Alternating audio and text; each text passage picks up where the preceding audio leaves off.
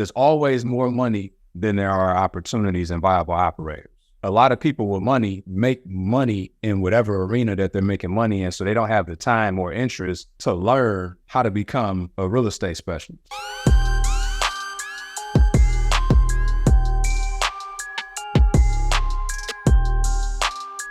My question is the best practices for obtaining OPM. So the first thing is, number one, getting very proficient at underwriting deals and knowing how to put the deal together. Okay, because there's always more money than there are opportunities and viable operators.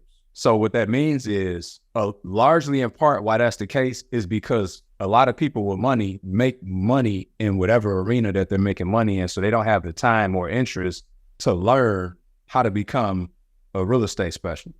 So the first thing that you can do to position yourself to raise capital is to become the real estate expert, which all of you took that stride from being here this week. So you got to get really good at underwriting deals, knowing how to speak the lingo of investing, profit margins, return on investment, getting really good at understanding depreciation, all the benefits of how an investor can benefit from investing with you. Okay, that's the first thing. The second thing is, we got to get really good at having the right kind of conversations, at understanding what is it that our investors desire. See, I made a mistake the first time I went out to raise capital, which was probably about $30,000. I think I needed maybe 30. It's funny because now I don't even allow people to invest with me at that small of a number, right? It's just a trip. But I was out trying to raise my first $30,000, and I kept putting this deal in front of somebody, in front of people.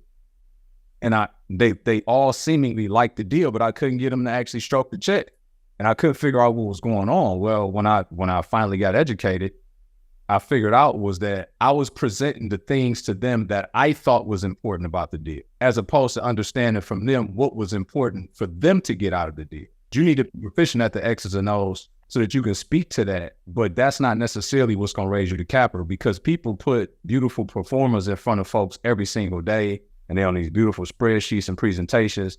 I raised $500,000 through an email because I know how to have the right kind of conversation. When you treat people like people, you respect who they are, and you make what's important to them important to you, you have more money than you ever know what to do with. People go into the situation focused on what they need as opposed to what the investor needs. That's where they go wrong. And you may have said this when I was in transition or what have you, obtaining contractors for these remote real estate investments or what have you. Mm-hmm. I would like to know how do we go about that, especially if we want to go into a different state. Say like for myself, particularly I may like want to invest in like Texas or somewhere, something I don't know anything about, but I know it's probably a good idea. But I don't know how to obtain the contractors and things like that as well. If you were investing in your backyard, how would you go about finding your contractors there? Oh, I would probably start at like Lowe's or, Home Depot, just to get an idea of who's out there, and go from there and like see people in the area, riding by or whatever, and get their information. So that's how I would probably go about it. Social media as well. I like that. So all of those things work remotely as well, right? Yeah. What I would couple with that is, so typically the first person you're going to talk to when you go into a remote market is going to be an agent, somebody that's actually helping you find a deal, right? Right. The way in which we teach you is to find investment-friendly agents, because if you're dealing with an investor-friendly agent, then the likelihood is that they work with other investors, so they should already know the stuff that you're going to need as an investor in a market. Mm-hmm. Including contractors, title companies, right? All of these various pieces of your team that you're going to need. Typically, that's going to be your starting point in any market you go into. And then once you establish who we will call your boots on the ground, i.e. a project manager of some sort, then they can do that running around to Lowe's, Home Depot, all the rest of it. Okay. Now, let me tell you a major key to that. I mean, would you like me to tell you a major key to that? Definitely. Okay. If you go looking for, contractors and such at Lowe's, Home Depot, all the rest of it, you want to look for the ones that are there early in the morning. Uh-huh. Early in the morning. right? Not the ones that rolled out of bed, got there at 9:30. They're going to get to your job site at 12, eat lunch, do work for 3 hours, and then leave.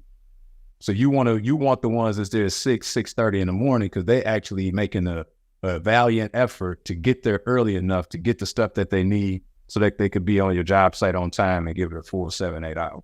I know that you were talking about, I guess, not paying for contractors and things like that.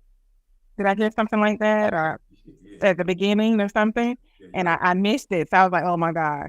So could you elaborate on that again for me, if you don't mind?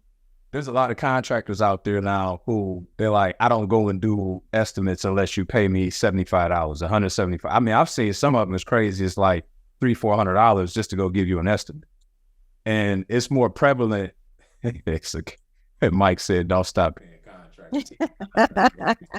Yeah, Mike. I'm not saying that at all. Listen, Mike, don't be sensitive this week, bro, because I'm going to say a lot of stuff towards contractors. Know that you excluded from the group.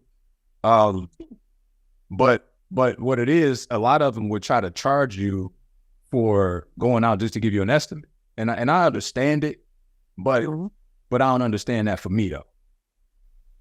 And I want everybody to take that same posture that we understand that's a rule for somebody else, right? Because we're gonna show up as subject matter experts. We're gonna cast our vision in such a compelling way that the contractor is gonna understand that this is somebody I need to align my forces with, and I ain't about to be tripping over dollars to pick up pennies. That's the essence of what we want to convey to these people in the marketplace, because we looking for partners. Right. We looking for people that buy into our vision and treat our business like theirs in our absence. That's the way you be successful in this business. And trust me when I tell you, like, I own over 100 units, 800 miles away from me, and I sleep really good at night. And even in the wake of problems, which we just had one at one of our 40-unit apartment buildings the other day, water pipe, spewing water all over the place. Somebody had called the police department. Just so happened, a contractor that I fired is a police officer. He caught it on a scanner. He was calling me. He called somebody to get my number. I put a call in. We had 6 people on Saturday, like, tackling the issue. You know what I mean? And so, anyway, I digress, but just making a point. Your team is everything, and who we choose to be a part of that is really going to be indicative of how successful we are on the other side of it.